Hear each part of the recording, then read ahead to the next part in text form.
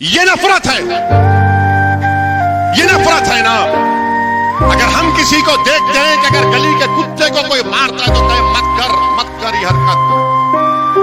آپ یہ دیکھتے ہیں اور آ کر مجھے سیکولرزم کی تعلیم دیتے ہیں۔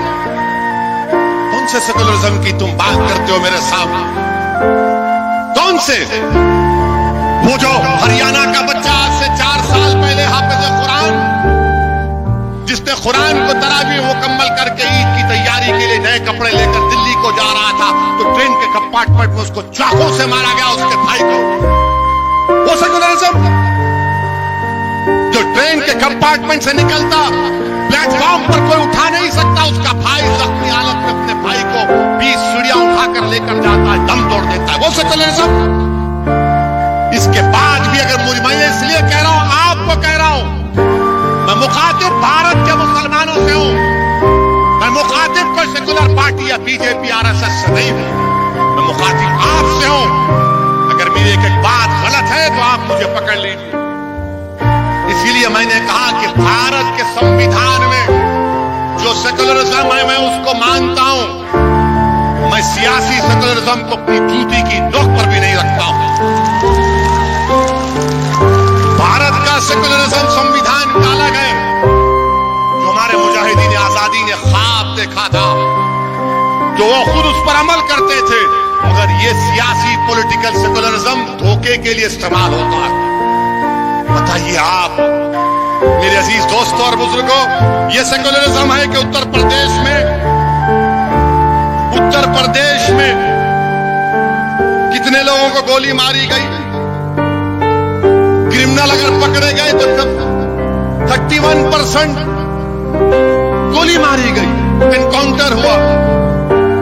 کیا یہ سیکولرزم ہے کہ اتر پردیش میں مسلمانوں کا لٹریسی ریٹ 58% ہے؟ یہ سیکولرزم ہے۔ اور مسلم خواتین کا، مہیلاؤں کا 50% ہے، یہ سیکولرزم ہے۔ تم اس سیکولرزم کے نام پر دو گے اور کس بنیاد پر آپ ووٹ دیں گے؟ بتاؤ مجھے۔ یا یہ سیکولرزم ہے کہ ہائی اسکول میں خالی مسلمانوں کے 3% بچے، گریجویشن میں صرف 2% بچے، یہ سیکولرزم کے نام پر آپ ووٹ دیں گے؟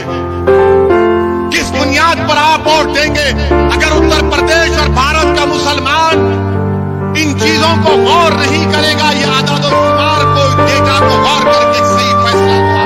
میرے عزیز دوستوں اور بزرگوں، اور پھر آپ یہ بھی دیکھتے ہیں کہ لوگ بار بار مجھ سے کہتے ہیں کہ سیکولرزم کی بات، لوگ بار بار کہتے ہیں کہ سعودی اویسی تم سیکولرزم کو کمزور کرنا چاہتے ہو۔ میرا ان سے ایک سوال ہے، ذرا یہ بتا دو کہ جب 3 اکتوبر کو عامر خان ٹھیلا بنڈی پر اپنے کپڑے بیچ رہا تھا تو 2 لوگ آ کر اس کو مارتے ہیں کہ کہا یہ نعرہ لگاؤ GSR کا، اس نے نہیں لگایا تو اس کو مارا اور پیٹا گیا۔ پھر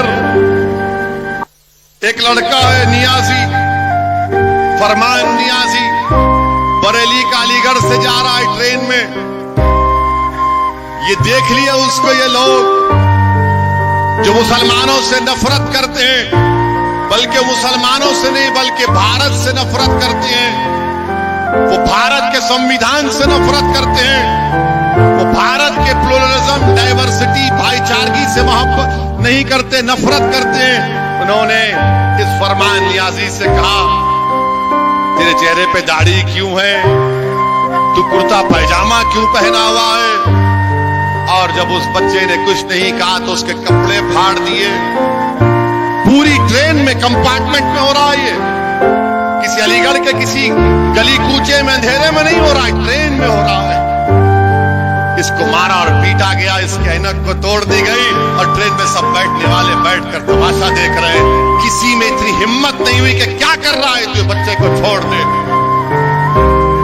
یہی کاش گنج کا الطاف، جس کو الزام تھا کہ کوئی بچی کو لے کر بھاگا، الطاف کو لایا گیا،